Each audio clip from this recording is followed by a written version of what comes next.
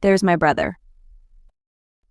My 3-year-old daughter, on her first visit to my parents-in-law's house, pointed to an old warehouse and said, I was astonished by her words. No way, that can't be right. In fact, 5 years ago, my son, who was 2 years old at the time, went missing around my parents-in-law's house. It was a place I had searched for a long time at that time. But if my daughter says so, then maybe there is no doubt. Because she has mysterious powers. With trembling hands, I opened the heavy door and saw an incredible sight. It was also the moment I was released from a long period of suffering. That was 3 years ago when my daughter Lucia was born. Now that we have a daughter, let's forget about Horace. My husband Kendall said to me, but I think it would be better for Minerva. I bit my lip and did not argue. He may have been thinking of me and caring in his own way, but I couldn't forget about my son Horace. It was my carelessness that led to my son's disappearance, and I have been blaming myself ever since I lost him. On that day 5 years ago, it was a Sunday at the end of April, when the cherry blossoms had fallen and were in leaf. Could you go to my parents' house today? Kendall is normally a gentle man, but at that time he said unusually strongly. Okay, but what's going on all of a sudden? What's going on? It seems my parents are preparing for the festive season, and they want to see Horace. They want to show their first grandchild a magnificent carp streamer swimming in the sky and a helmet displayed in the alcove. My parents-in-law's house is in the countryside, more than 2 hours away by bullet train and train. We both work. My husband works for a big company in New York and I work as a translator from home, so it wasn't easy for me to go home. It's a bit daunting. But I consider my in-laws as my real parents, and I should be filial to them. There was actually another reason why I did not visit my in-laws very often. My mother-in-law had been very hard on me as a daughter-in-law. But as my parents had already passed away, I told myself so and left my husband, who was working on his day off, and went to my parents-in-law's house with my son. As soon as we arrived, they said, "Here comes the heir's grandson," and my parents-in-laws welcomed Horace with open arms. However, my mother-in-law glared at me, as expected. Kendall has got a shitty wife. Not only did she take my son away from me, she won't even let me see my grandson. I'm sorry, I'm so busy with work that I don't have much time. I didn't like you from the start. You're a woman, but you've got a job. She threw cold words at me one after the other. You have changed my son. He's our heir, but he won't come back. But that's because Kendall made his own decision. I don't want to hear about that. It's all your fault. No matter what I say, my mother-in-law does not approve of me. My father-in-law, standing next to me, was kind to me, but he couldn't seem to have an opinion about my mother-in-law, so he pretended not to hear me. If my husband had been there, I am sure he would have defended me, but at this point I just had to be patient.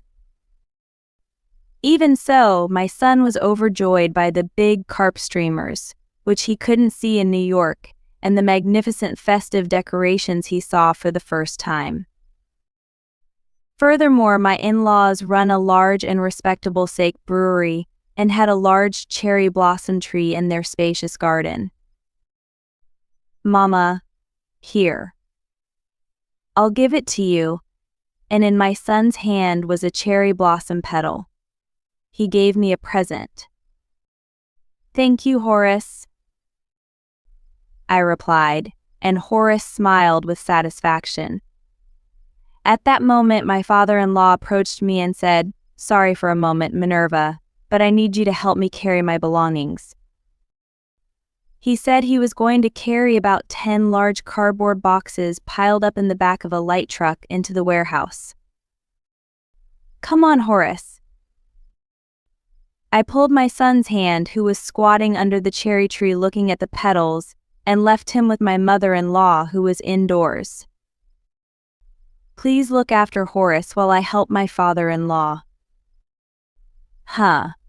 My mother-in-law pulled Horace to her without looking at me, hugged him and smiled at him. Relieved to see this, I went back into the garden to help my father-in-law.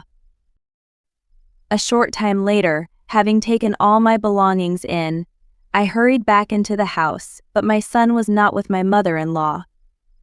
Mother-in-law, where is Horace? I don't know. He said he was going to his mum's. He didn't come.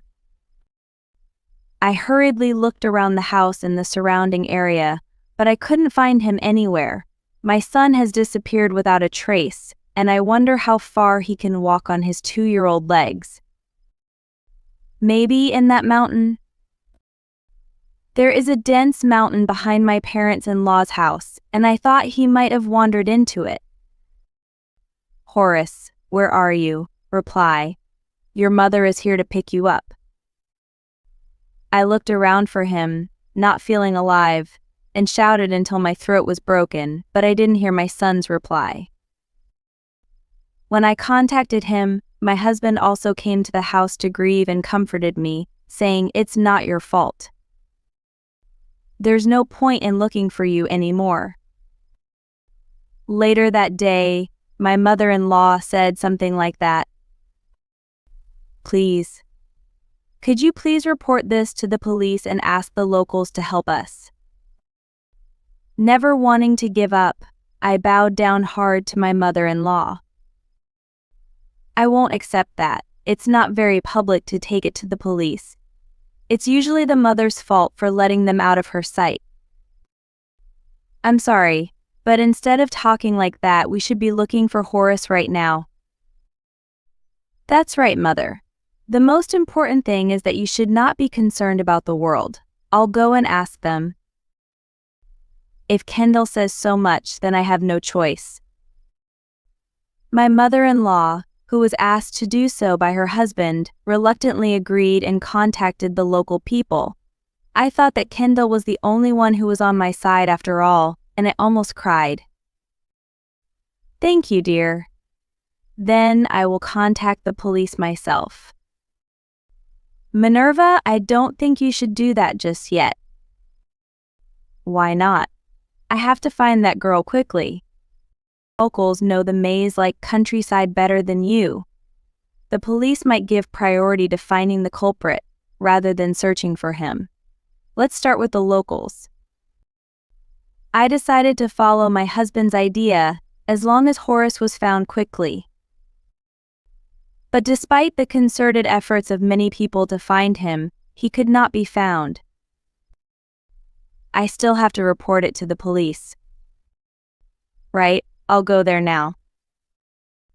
An hour later, my husband returned home and told me that they were going to extend their search deep into the mountains and include the possibility that someone had taken him. Please find him quickly and please keep him safe. And yet, no matter how hard I searched, I couldn't find my son, and 3 days after he disappeared, Kendall took me back to my home. After that, I was still worried about Horace. So I started to visit my in-laws by myself many times to search in the mountains and around the area. Because of you, I lost my grandson, my heir. Don't you ever come to our house again.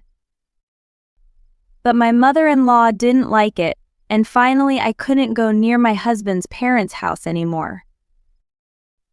In hindsight, I probably should have quietly searched for him without telling anyone. Even in such a situation, Kendall was always there for me.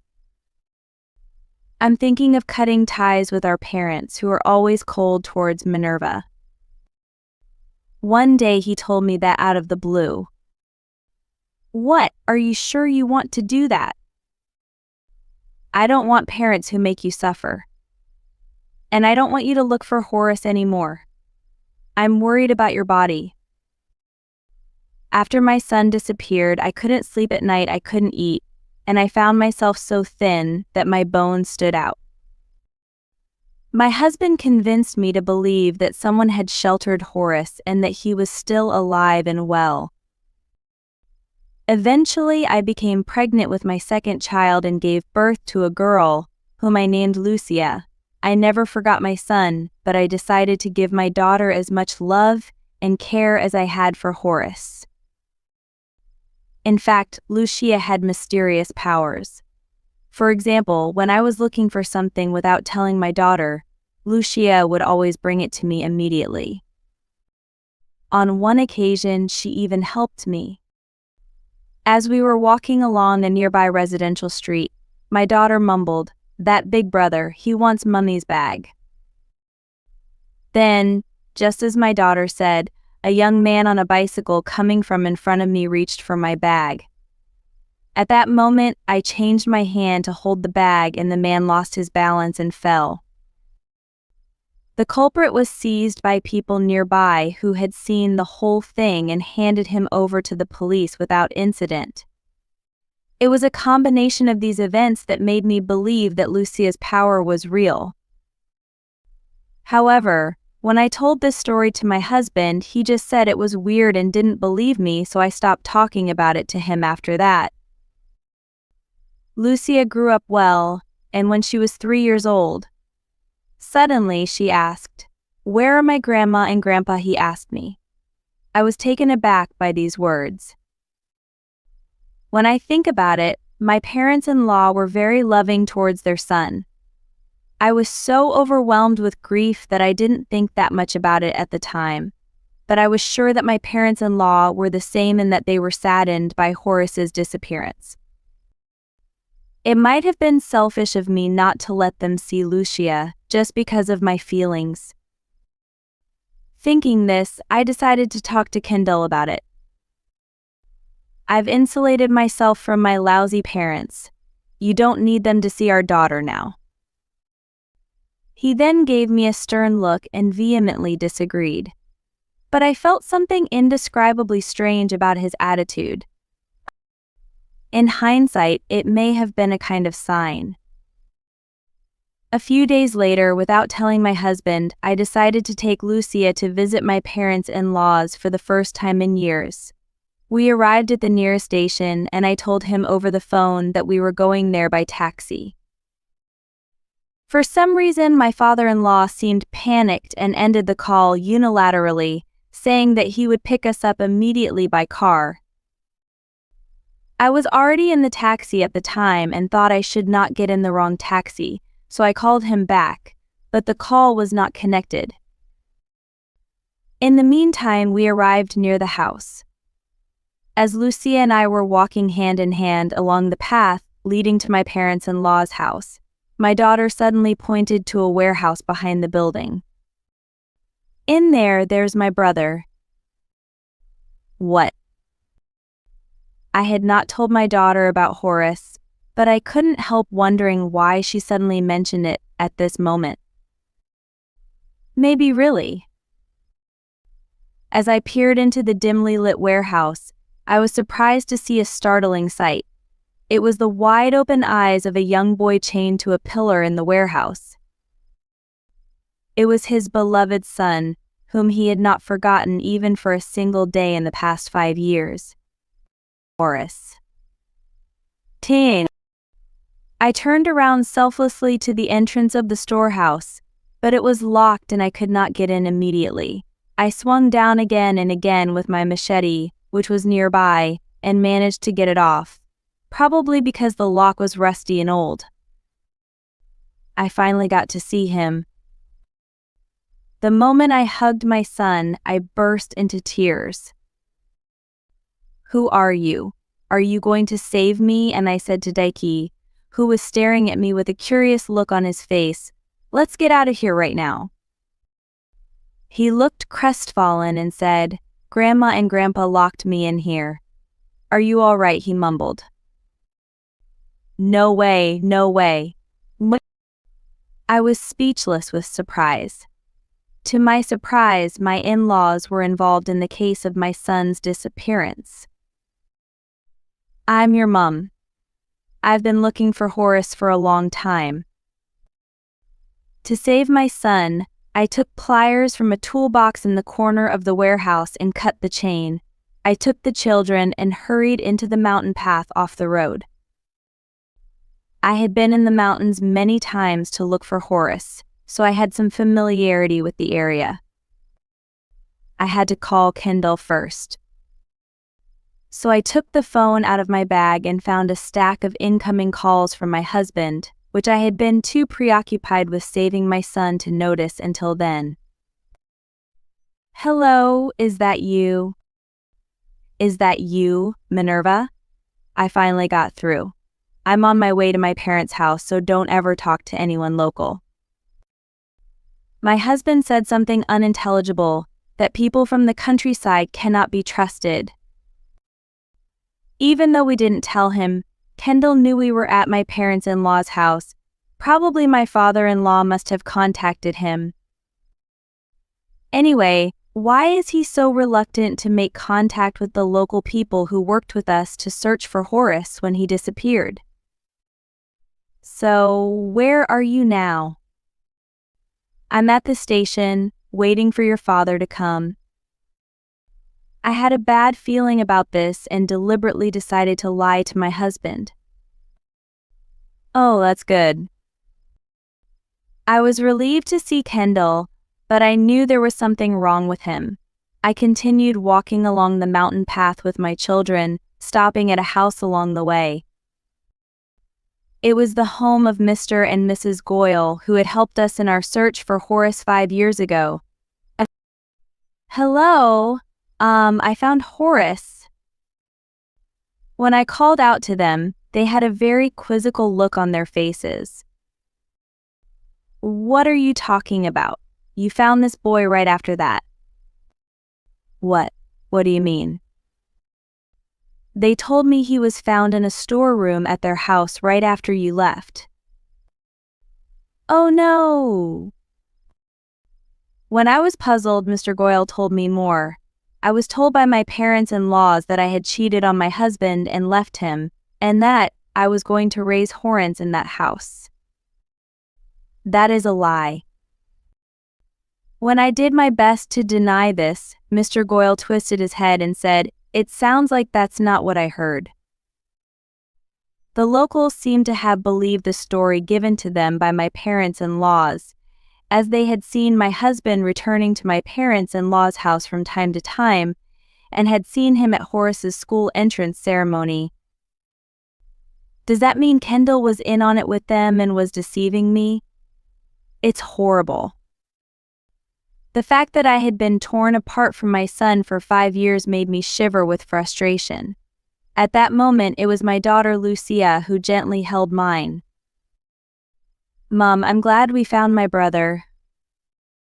She smiled, and with her other hand she also held my brother Horace's hand, whom she had met for the first time. My son looked at Lucia in confusion, and eventually looked up at me. Horace, whose expression had been hard until then, stared into my eyes and said, "You really are my mother. You didn't abandon me, did you?" He had been taught by my mother-in-law that she had left her children and was being treated as an heir to the family. It seemed that this was so strict an upbringing that he wasn't even allowed to spoil his grandparents. I took out my mobile phone and showed her the many photos I had left of myself with Horace up to the age of 2. I never forgot about you, not even for one day. From now on, we can be together forever. Horace nodded. And shortly before meeting me, my parents-in-laws received a phone call from me and said, "Never speak out. Stay hidden," and took Horace to the warehouse and chained him up. When I thought about how scared my son must have been, my body was burning hot with anger. Absolutely unforgivable. Then Mr. and Mrs. Goyle, who had seen what we were going through, offered to help. I immediately phoned my father-in-law and husband and told them that I was at Mr. and Mrs. Goyle's house. My mother-in-law was the first one to rush over. You can't just take our grandchildren out without our permission. She became angry in the shape of an ogre and was about to lash out at me when Mr. and Mrs. Goyle stopped her. He's my son. You lied about him going missing and cheated on me. That boy is not Horace. He's my daughter's child. How dare my mother-in-law try to get away with saying it was my sister-in-law's child?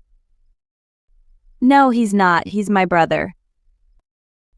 That's right. That's not what I heard. This child is Kendall's, isn't it? The mother-in-law clammed up and her eyes were swimming. Then my father-in-law came and said, "I'm insulated from this wife," he shouted loudly and tried to take Horace home with him. However, my father-in-law tried to force my son, who would not leave me, to separate from me and take him with him. Stop it, you don't want to. Mr. Goyle intervened and tried his best to protect my son. Minerva, what are you doing? We're supposed to have cut ties with my parents' house. Going home. Then this time Kendall came running and told me in a bloodthirsty rage. I won't be deceived anymore. You're the one who pulled Horace away from me. Don't say strange things. I was always on Minerva's side, wasn't I?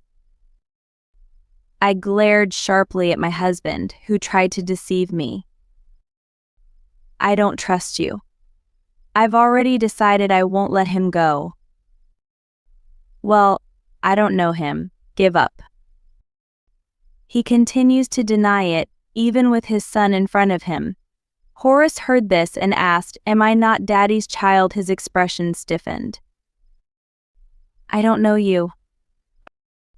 Kendall still continued to hurl terrible words at him. I won't forgive you. This time I will go directly to the police and talk to them. They'll just laugh at you and say it's a family squabble. He tried to get away with it, but it was not to be. I have a proof.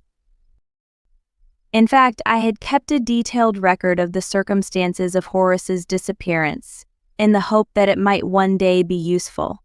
I had written down every single detail, no matter how trivial it was afterwards. So I had also filmed with my mobile phone how my son was chained up in the warehouse and left it behind. I don't know anything about that. It was all done by my parents. I had nothing to do with it. Kendall. What are you saying now? You're the one who said you'd give Horan to me as heir instead of yourself. Mom, stop it. Don't say anything more. My mother-in-law, who contradicts her husband, and Kendall, who tries to pass as ignorant to no end, finally start arguing with each other. As they tried to justify themselves and belittled each other, the whole truth came out. On the day their son disappeared, Kendall showed up with his parents, picked up Horace from the kitchen doorway and took him out in a car parked a short distance away. He then left him at his sister's house in a remote town and brought him back to his parents' house when the situation had cooled down, where his parents-in-law were raising him. So there was no way I could find them anywhere. So you're telling me that you've decided that you've broken up with your parents so that they can't get anywhere near here? That's right. And yet you brought Lucia here without permission. If you hadn't done that, we wouldn't have found out. The incident was orchestrated by the husband, who had been blamed by his parents for not having an heir and who wanted to continue living in the city so that he could give up his son as a substitute for himself. That's disgusting. You only think about yourself. Because I had no choice. I hate the countryside. I had no choice but to give Horace to you. Even if I told you, you would have opposed it anyway, wouldn't you? Of course I did. There's no way I could give up my own child. The fact that Kendall covered for me at that time was also an act by my mother-in-law and my husband to prevent me from reporting the incident. They only told the locals to look for the child, and my husband, of course, did not go to the police for advice.